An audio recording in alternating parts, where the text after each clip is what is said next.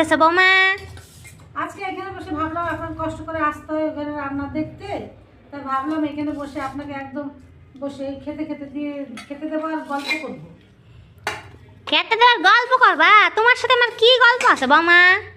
ভালো মন্দ কথা বলবেন, বাড়ির কথা না বললে আমি জানবো কোথা থেকে বলুন। তা কি কি বানাইছো দেখি?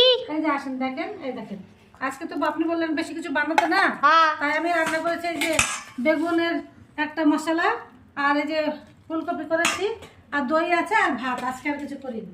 ভালো করছো বৌমা, মশলা বেগুন বানাইছো, ফুলকপি সুন্দর করে বানাইছো, দেখি খাইয়া দেখি কেমন লাগে। হ্যাঁ আসুন তাহলে। ঠিক আছে ঠিক আছে, আসতে আসেন বসেন বসেন বসি। বসেন বসেন বসেন। সুন্দর করে বাইরে দিছো বৌমা, পরিবেশন তো ভালোই করছো। এটা বেগুন না? হ্যাঁ মা, বেগুন এই যে ফুলকপির তরকারি। ভালোই লাগতেছে বৌমা খাইতে।